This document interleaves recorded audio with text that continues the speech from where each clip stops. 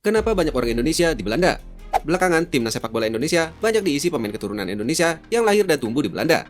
Namun ternyata bukan pemain sepak bola saja, bahkan banyak warga lokal Belanda yang masih keturunan Indonesia. Hal ini tak lepas dari masa lalu Indonesia dan Belanda. Hubungan Indonesia dan Belanda terhitung naik turun untuk diceritakan. Meski kini sudah berdamai, sejarah mencatat bahwa negara kincir angin tersebut pernah menjajah Indonesia dalam waktu yang cukup lama. Hal tersebut menjadi faktor utama kenapa banyak orang Indonesia di sana. Di luar faktor itu, ada juga sejumlah aktivitas yang memicu fenomena tersebut.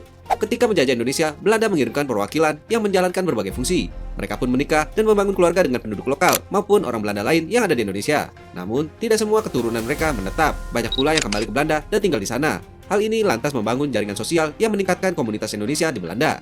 Selain itu, banyak warga Indonesia yang pada masa kependudukan Belanda berpindah ke negara tersebut. Tujuannya bermacam-macam, mulai dari belajar hingga bekerja. Banyak dari mereka memilih melanjutkan kehidupan di sana hingga punya keturunan.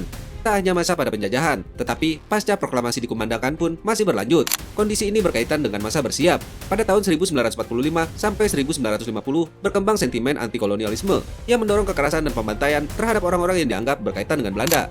Menghadapi hal tersebut, banyak orang pribumi yang akhirnya pindah ke Belanda demi menghindari kemarahan rakyat.